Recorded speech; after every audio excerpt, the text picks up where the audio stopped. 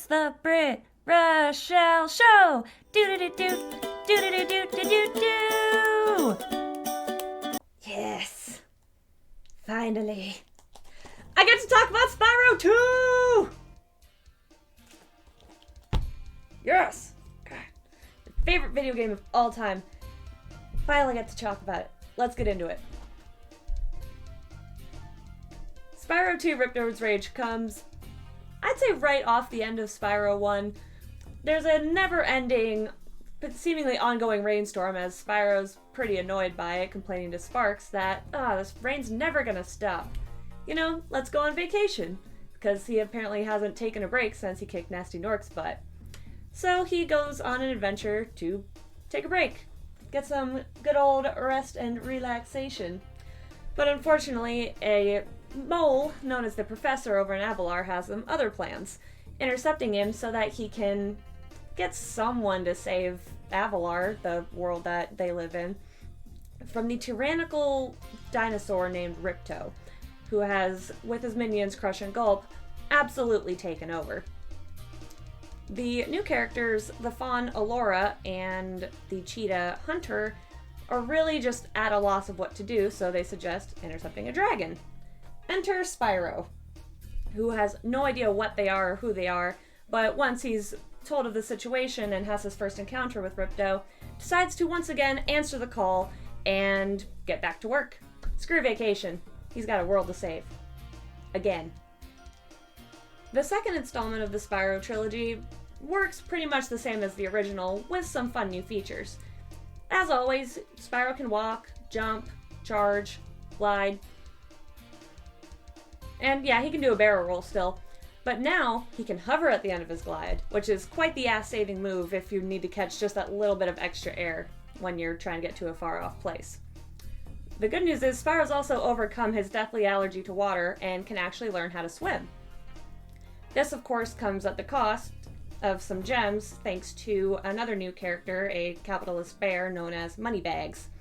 He'll also teach you some new moves such as climbing ladders and head bash, and also provide access to other areas, again, as he'll always say, for a small fee.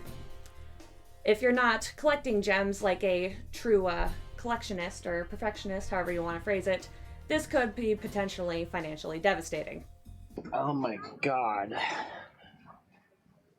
I am never gonna financially recover from this. Seriously, Moneybags is the inventor of the microtransaction.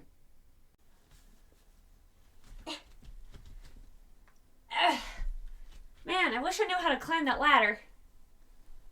You could, for a small fee.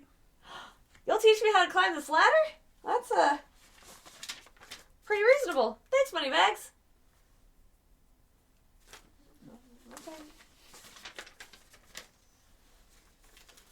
Excellent. Yeah. Whew. Boy, am I tired from all that charging and adventuring. I'm just gonna take a little break. Spyro. You can't sit on my couch unless you pay a small fee. I mean, okay, just, like...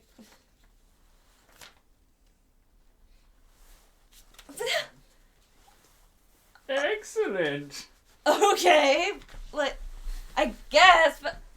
Oh, that couch is nice, though. Man, I have to go to the bathroom. Spyro.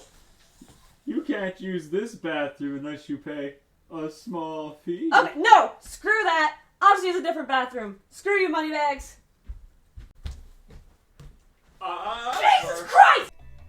The world of Avalar is separated into 3 distinct homeworlds, being 3 of the 4 seasons.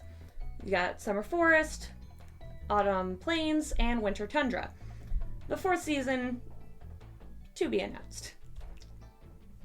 And each, just like in the original game, each homeworld has its little portals and realms.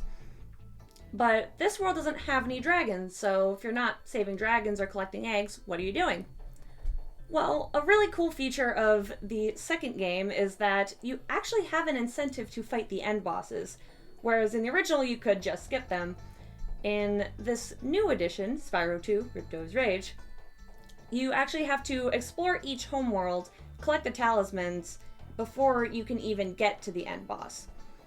And instead of the dragon eggs, as I mentioned, you collect orbs, which are little green gems encased in gold filigree, which are, well, they seem to be the power sources of Avalar, and they're how you are intercepted in the first place. It's probably a good idea to collect as many of these orbs as you can as you go throughout the game, as once you get to the Winter Forest, you're not collecting talismans anymore. You're collecting orbs, and you need like 40 or something to get to Ripto. You won't be sorry at this complete necessity to explore every single world, as each of Avalar's homeworlds, as well as their little realms through the portals, are really distinctly and uniquely designed, really cute, and even, unlike in the first game, have an opening and a closing cutscene as you enter and exit the level, which gives you a peek into not only what's going on societally, thanks to Ripto, but a little insight into their culture. I found that extremely cute, and sometimes absolutely off the wall. Each of these worlds also come with their own little soundtrack, which really just helps with the atmosphere, and made this player, yeah, that's me, a complete liar, as every time I entered each new homeworld, I nostalgically claimed it was my favorite. They can't all be your favorites, Brittany. They just can't. Collecting the talismans is actually the easy part, as you pretty much just have to get to point A to point B at the end of the level. You don't have to collect a certain amount of gems, you don't have to collect a certain amount of orbs. You just enter, exit, boom, talisman, good, let's go fight Crush. The orbs, however, are earned through little mini missions by talking to certain NPCs with the little symbol over their head. These missions do range in difficulty and skill, as you have to do a myriad of things, such as spitting rocks at lizards, fighting on both sides of a civil war, escorting a centaur through a field of rock monsters. That's an annoying one. My personal favorites, where you try to stop some elderly suicidal turtles from making themselves into soup, just at the ding of some, I don't even know what he is. His little triangle beckons them and they just want to jump in. Make sure you watch your speed and pay close attention, because their blood's on your hands if you miss them. Those are some quick little... No!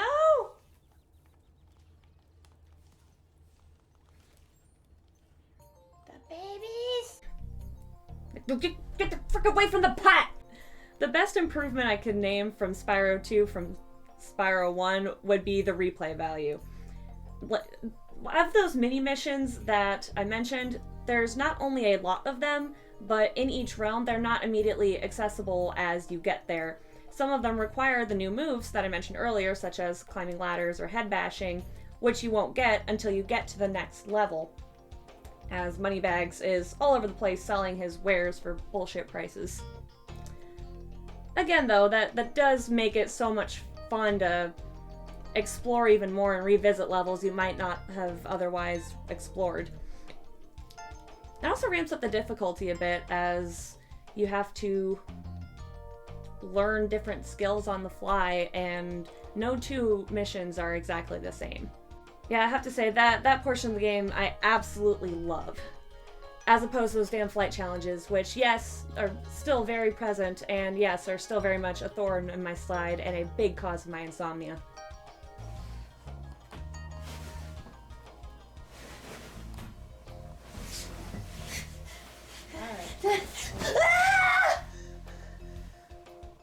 Goddamn flight levels! The boss battles of Spyro 2 are way more complex than that in the original game. Far from the days of playing Ring Around the Rosie and tag with Nasty Nork. Don't Brad! Besides, he is ugly. Ugly? Oh no, you actually have to use your moves and jump, use the environment, even rely sometimes on fodder falling from the heavens in order to beat these nasty foes. Much more entertaining if you ask me. Oh, thank you. She listened to my prayers. What do you even rate a game as perfect, as wonderful, as creme de la creme of a platformer that this game is? Got it. We're not even using the 10 out of 10 system. I'm going to rate Spyro 2, Ripto's Rage, the golden peach of immortality. And I'm definitely not biased or looking at this game through nostalgia goggles. A cute, compelling story, fun dialogue, and an entertaining story really make this just the pièce de résistance of the Spyro worlds. I've played it easily 100 times, and I'll easily play it 100 times more. I've actually wanted to make this review ever since I finished my first review almost a year ago, but there's so many other games to play and so many other adventures I had to explore. But this one is easily one I will revisit until I'm too old to hold a controller. Do you agree with my take? Do you ever play Spyro 2 Ripto's Rage? If not, what was your favorite in the franchise? I would absolutely love to hear it and hope to see you in my DMs. Furthermore, I will be talking forever and ever amen about Spyro on all my other socials, so if you'd like to check those out, please do so. If you like this video, please share this video with all your friends, tell them all about it, and I will see you in the next review. Bye, Peaches.